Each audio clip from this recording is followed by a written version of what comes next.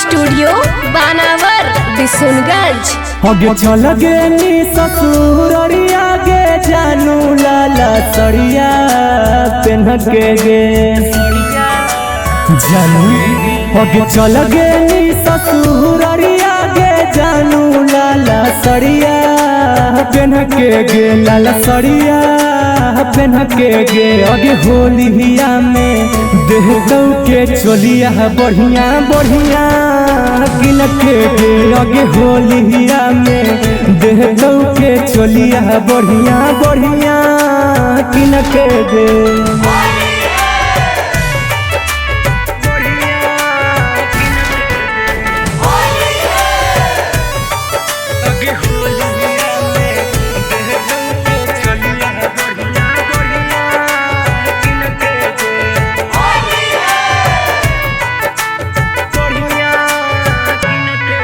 आगे के कहरा से अब की रंगा लगवैनी के कहरा के पुआ दूध खिलैनी गे। आगे हमारो तू बताऊ नगे पगली केरा साथे फगुआ मनैनी गे।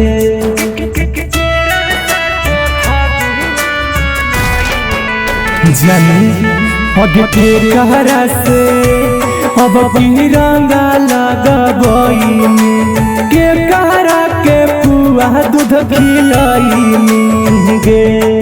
आगे हमारो तू बता देना गे पगली केरा साथे फगुआ मनैनी गे। आगे के गेलौ गे जनुआ हमारा से छिन के गे हमारा से छिन के गे। आगे होलिया में देह दौ के चलिया नया नया किन के गे। आगे होलिया में देह दौ के चलिया नया नया किन के गे।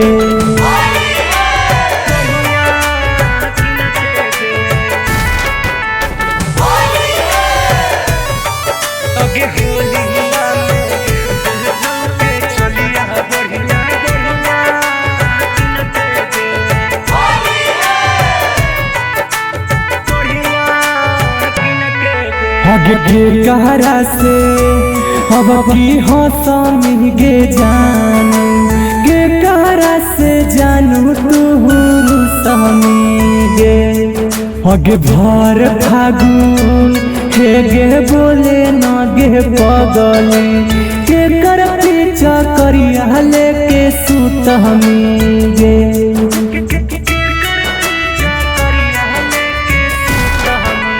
जानू आगे के कहरा से अब की हंसमी गे जानू के कहरा से जानू तू समी गे। आगे भर फागुन हे गे बोले न गे पगली के कर पीछा करिया लेके सुतमी गे।